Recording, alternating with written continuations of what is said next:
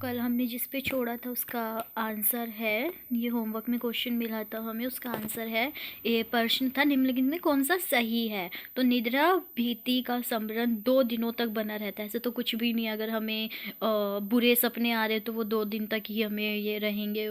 तो वो तो सबका अपना अपना होता है। लगातार बुरे सपने अत्यधिक तनाव का संकेत कर देते हैं। हाँ, अगर बार बार आ रहे हैं तो कुछ ना कुछ जैसे स्ट्रेस टाइप लगेगा। तो इसमें केवल 2 ठीक है, तो केवल इसका बी आंसर हो जाएगा।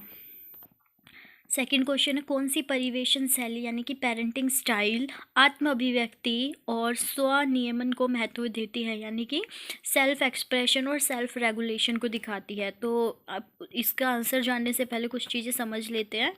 पेरेंटिंग स्टाइल में हमारा फर्स्ट होता है ऑथोरिटेटिव, यानी कि अधिकारपूर्ण। इसमें क्या होता है, बच्चे और माँ मिलकर मतलब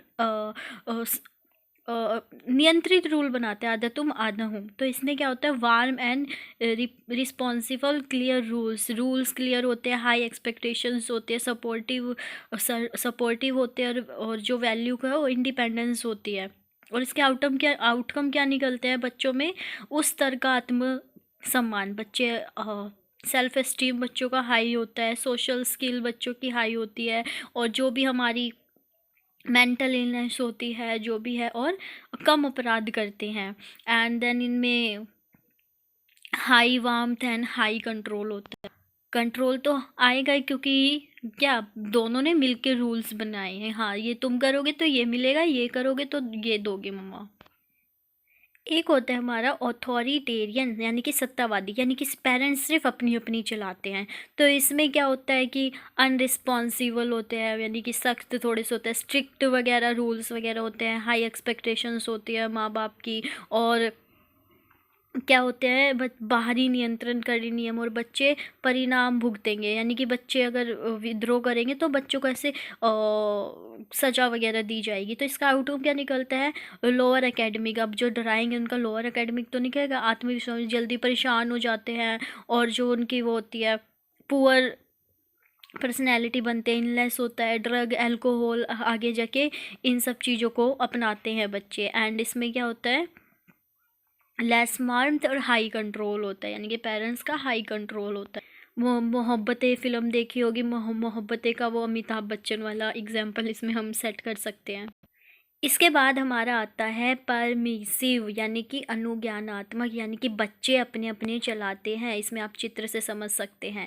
तो इसमें क्या होता है, हाई वार्मथ और लेस कंट्रोल, यानी कि पेरेंट्स का कंट्रोल लेस होता है। तो इसमें क्या होता है, वार्म एंड रिस्पॉन्सिबल, बच्चों का मतलब कि रक्षण और लगाव होता है, और माँ बाप का झुकाव होता है, प्रेम होता है, भोजन के प्रति अधिक चौकस होते हैं माँ बाप की, बच्चा मतलब माँ बाप, बेटा बेटा मेरा बेटा, ऐसे मतलब कि अटैच्ड होते हैं। और आउटकम क्या निकलते हैं, इम्पल्सिव बिहेवियर हो जाता है, ईगो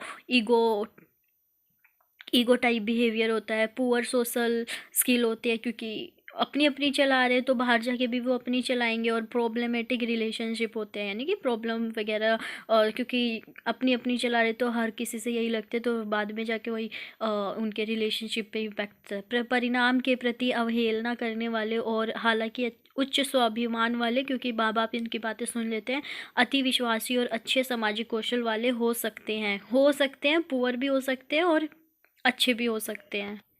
इसके बाद हमारा आ जाता है नेगलेक्टिव, मतलब कि नेगलेक्टफुल बिहेवियर। पेरेंट्स का मतलब लापरवाही टाइप बिहेवियर होता है, लेस वार्मथ होता है, लेस कंट्रोल होता है। माँ अपना फ़ोन चला रही है, बच्चा अपना ही कुछ कर रहा है, तो ये लापरवाही टाइप होता है। तो इसमें क्या होता है, अनरिस्पॉन्सिबल होता है, नो रूल्स, और अनइन्वॉल्वमेंट होती है पेरेंट्स की, और इनडिफरेंट होता है। और आउटकम्स यही लिखता है कि इम्पल्सिव बिहेवियर होता है, और बच्चे आगे जाके ड्रग्स और अल्कोहल एब्यूसिव सुसाइड वगैरह ये सब कर सकते हैं। तो इस टाइप के बिहेवियर में तो इसमें होता है, बच्चों की ज़रूरतों पर ध्यान नहीं देते हैं, अधिक मांगों को पूरा नहीं करते हैं, और किसी मतलब कारण अपने काम पर अति व्यस्त अवसाद वाले बच्चे घिर रहते हैं, डरपोक, क्रोधी और बहिष्कार विद्यालय में पिछड़ापन और मादक पदार्थों का आगे जाके सेवन करने लगते हैं। ये हमारे लापरवाही बिहेवियर का हिंदी है। सो इसका आंसर हो जाएगा जिसमें बच्चा आत्म अभिव्यक्ति और स्वनियम, मतलब बच्चा अपने अपना ही चला रहा है, तो ये क्या हो गया, परमिसिव में आ जाएगा। बच्चा अपना चला रहा है, अपने रूल्स वगैरह बता रहा है। तो ऑथोरिटिव में हमारा प्राधिकृत में आ जाएगा कि, एंड ऑथोरिटीज़ में आ जाएगा सत्तावादी की, मतलब कि अमिताभ बच्चन वाला एग्जाम्पल। और अनविजोल, नेग्लेक्टफुल, लापरवाही वाला, असंबंध वाला, लापरवाही वाला बिहेवियर इसमें आ जाएगा, जिसमें मतलब अपना माँ अपना कुछ कर रही है, बच्चा माँ अपना टीवी चला रखी है, बच्चा अपना टैब में लगा हुआ है, यानी लापरवाही टाइप। और हमारा नेक्स्ट क्वेश्चन है, बड़े और छोटे और अधिक या कम के बीच अंतर करने के लिए गुणवत्ता के लिए उपयोग की जाने वाला शब्द है, यानी कि डिफरेंट, मतलब बिगर और स्मॉलर और मोर एंड लेस को समझाने वाला। तो हमें पता है कंजर्वेशन में क्या होता है, संरक्षण में बराबर बराबर चीज़ों को दिखाते हैं। सेंट्रेशन यानी केंद्रीकरण में एक ही चीज़ को केंद्रित करते हैं, एक ही चीज़ पर ध्यान देते हैं। ऑर्डिनरी और आगे कार्डिनलिटी, इसको समझते हैं। तो इसमें आ जाएगा हमारा ऑर्डिनरी, जिसमें हम बिगर एंड स्मॉलर और मोर और लेस में दिखाते हैं। और कार्डिनलिटी में हमारे आ जाते हैं कुल कितने हैं, 4 पेन पड़े हैं तो 4 कितने हो गए टोटल, तो ये कार्डिनरी, ऐसे क्वेश्चन इस टाइप के थोड़े क्वेश्चंस को कहते हैं कार्डिनलिटी।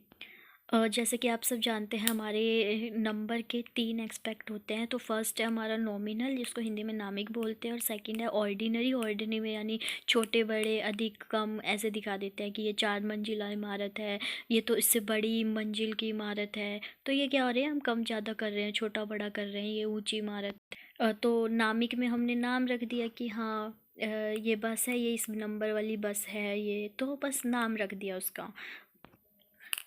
अब हमारा इसमें क्या पूछा है कि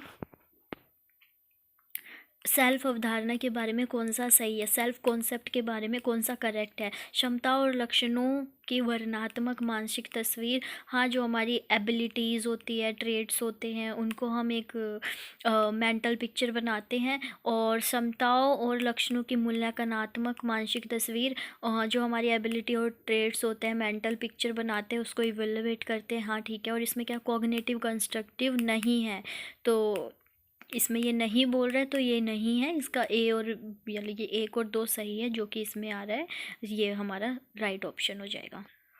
तो हमारी सेल्फ कॉन्सेप्ट थ्योरी में हमारे 3 मेन पॉइंट होते हैं जो बताया गया है। इसके 3 मेन कंपोनेंट होते हैं, यानी कि स्व संप्रदाय के।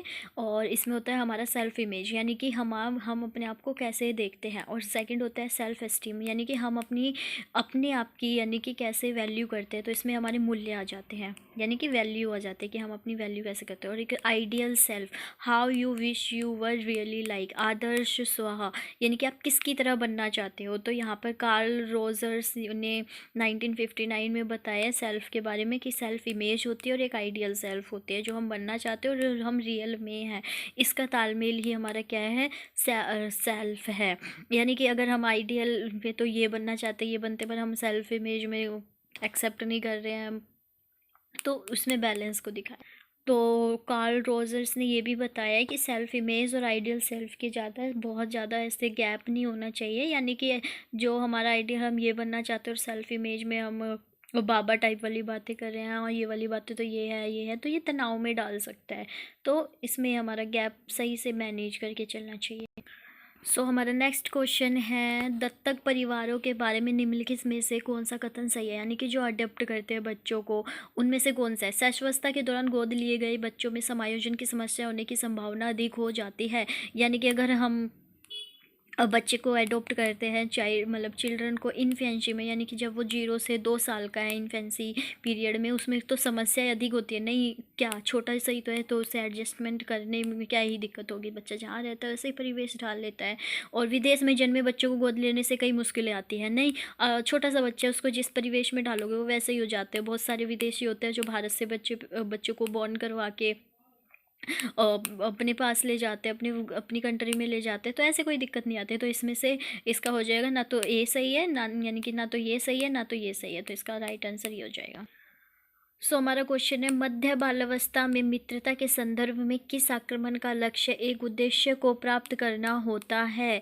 यानी कि मिडिल चाइल्डहुड जब हमारा चल रहा होता है तो उसमें अचीव अन गोल्स, अचीविंग अन ऑब्जेक्ट्स को मतलब किस में आएगा, शत्रुतापूर्ण आक्रमण में या नैमितिक आक्रमण में, होलिस्टिक एग्रेशन या इंस्ट्रूमेंटल एग्रेशन। इसको आंसर डालने के लिए आगे देखते हैं। सो हमारे जो एग्रेशन है दो टाइप के होते हैं, होलिस्टिक और इंस्ट्रूमेंटल, शत्रुतापूर्ण आक्रमण और नैमितिक आक्रमण। इसमें क्या होता है, इंस्टिट टू कॉज हार्म, सीधा हमारी किसी से शत्रुता हुई है तो हम उसको सीधा हार्म पहुंचाना चाहते हैं। Goal is to achieve some external rewards, कुछ बाहर का जीतना है। इसमें एंगर इन्वॉल्व होता है, यस।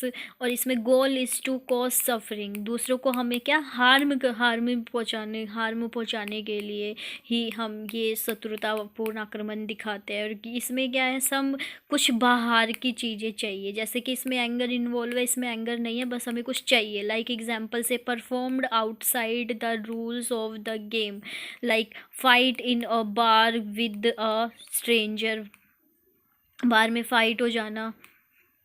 एंड इसमें perform with rule of games क्या होता है, hurting another person in a robbery, यानी कि चोरी, मतलब चोरी के पैसे तो उसे चाहिए तो उसमें किसी और को हर्ट कर दे। एंगर वगैरह कुछ नहीं है, बस उसे रिवॉर्ड्स चाहिए और रॉबरी के पैसे चाहिए उसे बस। सो इसमें भी एक ऑब्जेक्ट को अचीव करना है, तो इसका आंसर हो जाएगा इंस्ट्रूमेंटल एग्रेशन। तो ये दो कहाँ पे लिखा है, सिर्फ सी में, तो इसका सी आंसर राइट हो जाएगा। सो प्री स्कूलर के खाने की आदतों के संदर्भ में कौन सा राइट है, हमें ये बताना है। प्री स्कूलर यानी कि वही 3 से 4 साल के बच्चे में खाने की आदत के बारे में पूछा है। तो प्री स्कूलर और शिशु दोनों आकार के अनुपात में समान रूप से खाते हैं। जो इन्फेंसी वगैरह होता है, प्री स्कूलर शिशुओं की तुलना में अपने आकार के अनुरूप अधिक खाते हैं। I don't know, pre Schuler और शिशुओं की खाने की आदत उनके आकार के अनुरूप यादृच्छित होती है, रैंडम होती है। यानी कि प्री स्कूलर शिशुओं की आकार के अनुरूप कम खाते हैं, शिशुओं की तुलना में अपने आकार के अनुरूप तो सही खाते हैं, डी। तो इसका डी राइट आंसर है। यानी कि जो हमारे प्री स्कूलर में शिशु को तो जितना खिलाया, मतलब जो भूख लग रही है, रोता है, जो इन्फेंट्स होता है वो रोता है, भूख लगती है, मम्मा दूध पिला देती है, देन। बट प्री स्कूलर में क्या होता है, हमारा जो बच्चा है मतलब कभी कुछ कहता है, मुझे टॉफ़ी दिला दो, मुझे चीज़ें दिला दो, मुझे ये खाना है, मुझे वो खाना है, तो हाँ वो ज़्यादा खाता है इन्फेंट से, मतलब कम खाता है इन्फेंट से। यानी कि जो अपने आकार इन्फेंट्स है वो अपने आकार के अनुरूप सही खा रहा है, पी रहा है, सुसु कर रहा है, पोटी कर रहा है। बट जो प्री स्कूलर है वो कभी ये खाना है, वो खाना है, मतलब दिख गया तो चीज़ खानी है, वो खानी है। तो इसका इसलिए लास्ट ऑप्शन सही है।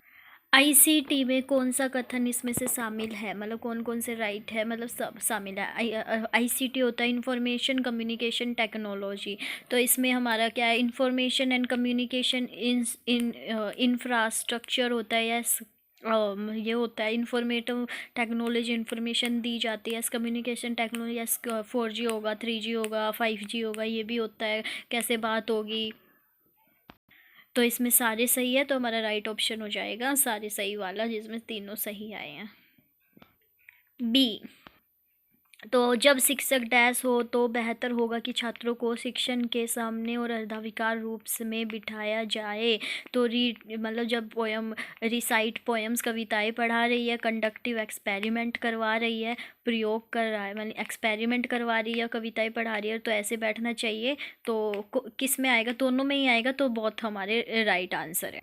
सो जो हमारा ई पाठशाला मोबाइल ऐप है, इनमें से कौन सी बात उसकी मतलब सही है। एप्लीकेशन को 2016 में केंद्रीय शिक्षा मंत्रालय द्वारा प्रारंभ किया गया था। नहीं, केंद्रीय शिक्षा मंत्रालय द्वारा 2016 में नहीं, 2015 में प्रकाशित किया गया था, लॉन्च किया गया था। और एनसीईआरटी सभी डिजिटल पुस्तकों को मुफ्त में उपयोग किया। हाँ, एनसीईआरटी की सभी पुस्तकों को मुफ्त में दिया जाता है, फ्री में अवेलेबल कर सकते हैं। एप्लीकेशन अंतरफलन केवल अंग्रेजी और हिंदी में उपलब्ध है। नहीं, जिस भी भाषा में आप पढ़ना चाहते हो, जिस भी आप स्टेट के, उस भाषा में आप एनसीईआरटी की पुस्तकें पढ़ सकते हो। तो ये दोनों कट गए, इसका सही आंसर हो जाएगा सिर्फ हमारा ये, तो हमारा केवल सी आंसर राइट है। तो ई पाठशाला हमारी ऐप है जिसका लोगो है learning on the go. And इस ये पाठशाला को हमारे नवंबर 2015 में लॉन्च किया गया था MOE और NCERT द्वारा। और रिसोर्स फॉर द टीचर के लिए, पेरेंट्स के लिए, स्टूडेंट्स के लिए, सबके लिए ये है। और educator which is available on multiple platform such as web, और ये इसके सारी जो भी शिक्षाएं हैं वो वेब पर, एंड्रॉयड पर, एप्पल वाले विंडोज़ पर, सभी प्लेटफॉर्म पर। और इसमें टेक्स्ट बुक, ऑडियो, वीडियो और पैरिडियोटिकल मतलब चित्र के रूप में भी हम डाउनलोड कर सकते हैं। और बुक्स है, पिंच है, सेलेक्ट और जूम कर सकते हैं, हाईलाइट कर सकते हैं, नेविगेट कर सकते हैं, शेयर कर सकते हैं, नोट्स बना सकते हैं डिजिटली। नीचे दिए गए में से कौन सा सह पाठ्याचार्य गतिविधि यानी को कुरिकुलर एक्टिविटी है? तो इसमें डांस है हमारा मतलब कि सह पाठ्याचार्य में आ जाएगा। एग्जीबिशन हमारी इसमें आ जाएगी। और डिबेट हमारी को कुरिकुलर में आ जाएगी, सह पाठ्याचार्य में आ जाएगी। बट टीचिंग हमारा शैक्षणिक करिकुलर एक्टिविटी है। तो इसमें ये छोड़कर बाकी सारे।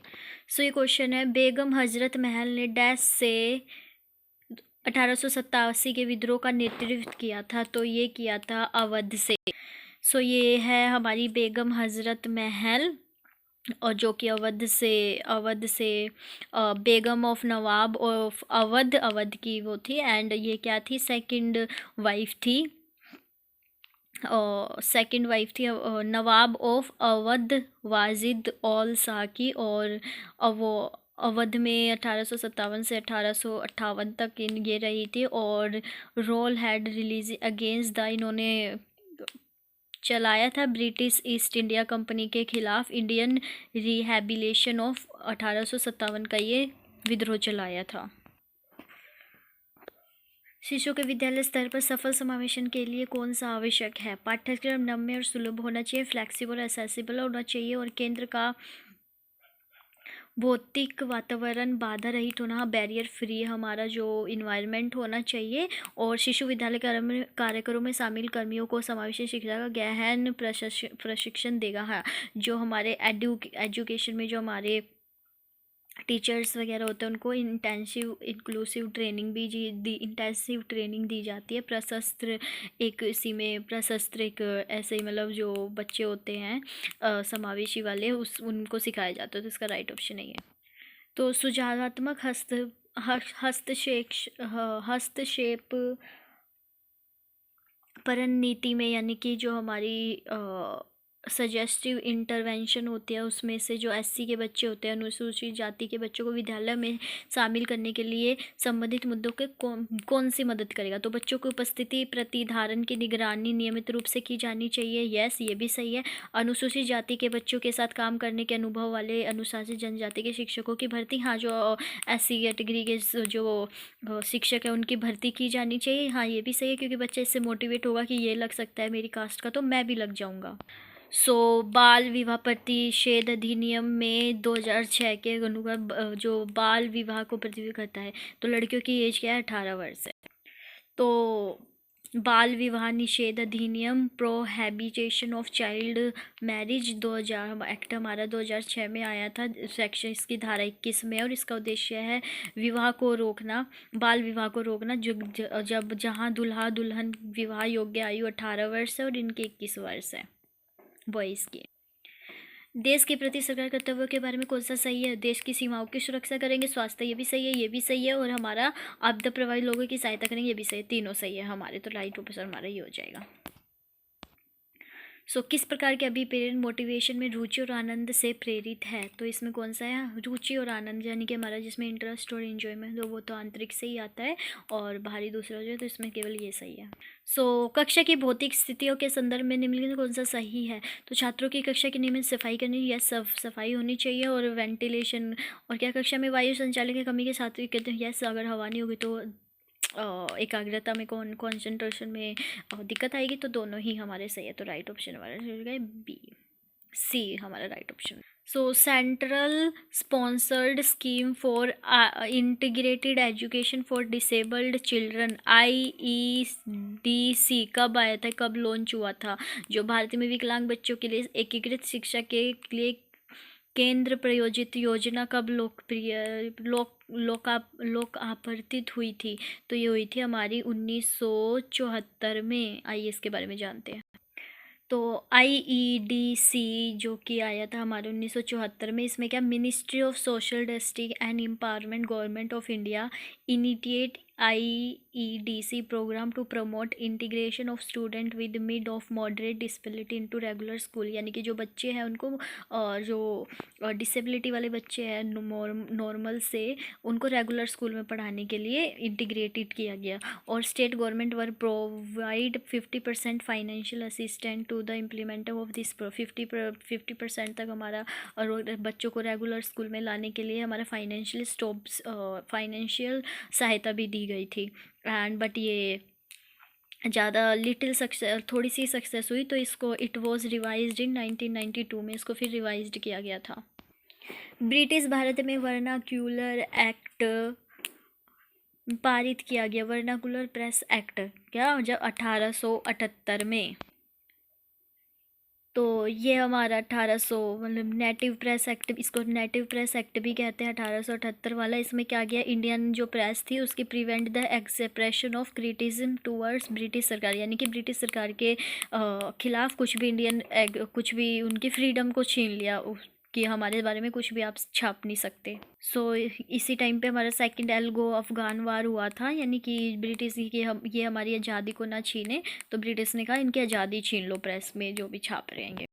विद्यालयों में संख्या में आंकड़ों के रूप में हो सकता है, यानी जिसमें हमारे क्वांटिटिव डाटा रखा जाता है, तो वो रिपोर्ट कार्ड में होता है, सर्कुलर परिपत्र में नहीं होता। हमारी डिटेल्स वगैरह वो डाल देते हैं, अच्छा है ये बुरा है, और अपने हमारा बढ़ावा देने के लिए मूल्यांकन किया जाता है। मीमो में हमारा नहीं होता, ज्ञापन वगैरह में, मतलब कि सर्कुलर में होता है ये चीज़ अब होगी जब होगी, सर्कुलर पास कर दिया, आज ये होगा वो होगा। वो में थोड़ा स्पष्टीकरण वाले हैं, आप थोड़ा लेट आते हो तो बता दिया कि आप लेट होते हो, तो बोलते हैं स्पष्टीकरण दो, क्यों लेट हुए, कारण बताओ, ऐसे। तो मीमो होता है, मीमोंडम बोलते हैं इसको फुल फॉर्म में। निम्नलिखित में कौन सा विद्यालयों पर प्रशासनिक नियंत्रण रखने के लिए स्थानीय प्राधिकरण में शामिल है? अथॉरिटी, लोकल अथॉरिटी में कौन कौन शामिल है? तो जिला परिषद और हमारी नगर निगम, यानी कि ये थोड़ा गांव वगैरह जिला टाइप होता है, नगर निगम होता है, म्यूनसिपल भी हमारे में, तो दोनों ही हमारे सही आंसर है।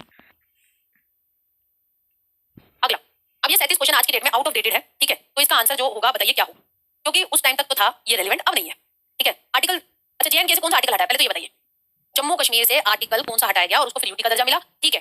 और जैसे ही वो आर्टिकल हटा, तो भाई ये आरटीई जो कहता था कि प्री और कंपलसरी एजुकेशन हम सारे के देंगे 6 से 14 वर्ष के बच्चों को, मगर जम्मू कश्मीर को छोड़कर, तो 370 हटते ही अब जम्मू कश्मीर में भी प्री और कंपलसरी एजुकेशन है 6 से 14 वर्ष के बच्चों के लिए।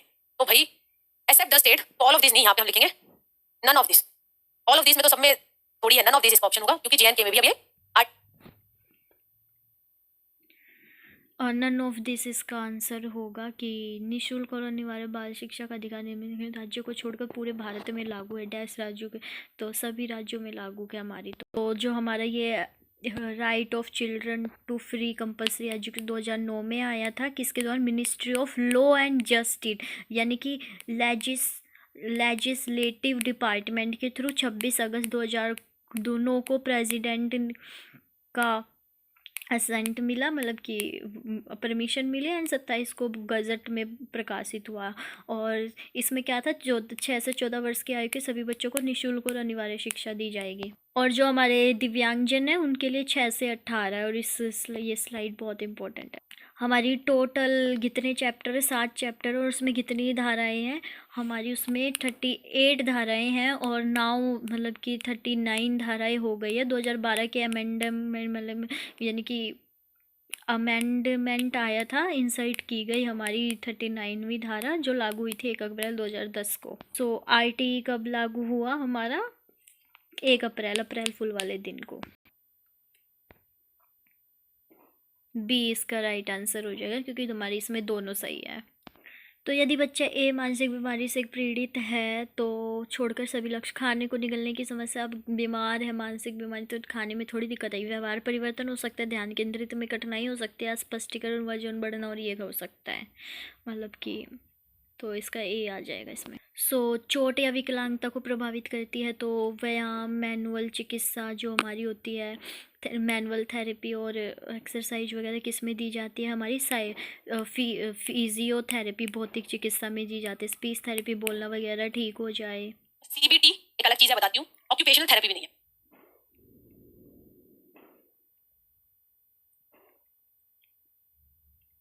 देखिए,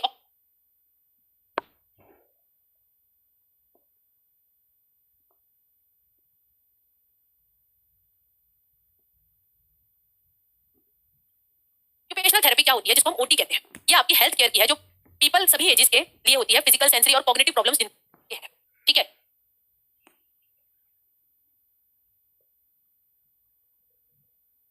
ये हमारी सीबीटी हो जाएगी।